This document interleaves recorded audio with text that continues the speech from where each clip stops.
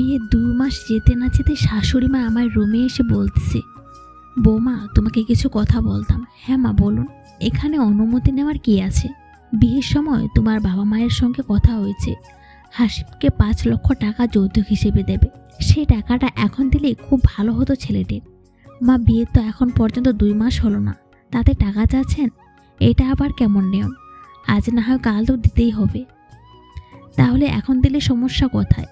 দেখুন মা, বিয়ের সময় প্রায় 4 থেকে 5 লক্ষ টাকা শেষ হয়েছে। বর্তমান বাবার হাতে কোনো প্রকার টাকা নেই। আর একটি কথা, 2-3 বছর সংসার করব, এরপর যৌতুকের টাকা এখানে নিয়ে আসব। মানে 2-3 মাসে তো বোঝা যায় না শ্বশুরবাড়ি মানুষ কেমন। 2-3 বছর যাক, এরপর না হয় টাকাটা আনবো। আমার মুখে এমন কথা শোনা মাত্র শাশুড়ি রাগান্তিকভাবে বলল, যদি তুমি এই মাসের ভিতরে যৌতুকের টাকা নিয়ে না আসো, তাহলে ছেলেকে অন্য কোথাও বিয়ে দেব। সামান্য টাকার জন্য সুন্দর একটা সংসার শেষ করবে? এটা বলতে লজ্জা করল না আপনার?